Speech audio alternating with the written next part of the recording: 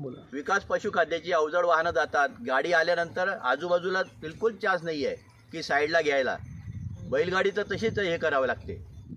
अगोदर बोगद्यामुळे बंद होता आणि चालू झाल्यानंतर ही स्थिती यायची असून, पण याच्यामुळे शेतकऱ्याचं एवढं नुकसान होतं की बैल नादुरुस्त होतात. बैलगाडी होते आणि माणसांना वेळ पण लागतो भरपूर. माणसांची कमर जाते याने. टू व्हीलर पण चालत नाही. 5 वर्षापासून रस्ता खराब आहे. त्यानंतर रात्री पाठी शेतकऱ्याला जाणं पडतं. पशुखाद्याचे कर्मचारी वापरतात, रेल्वेचे कर्मचारी रात्री पाठी वापरतात, तर याच्याकडे दुर्लक्ष दिलं जातं. त्याच्यानंतर कळगाव, भातली, शेळगाव या प्रकारचा रस्ता आहे, तर याच्याकडे कोणी लक्ष देत नाही. यावल मार्गे रस्ता आहे. रस्ता झाला पाहिजे.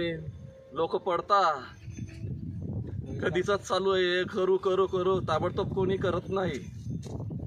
अवजड वाहनामुळे रस्ता खराब झाला.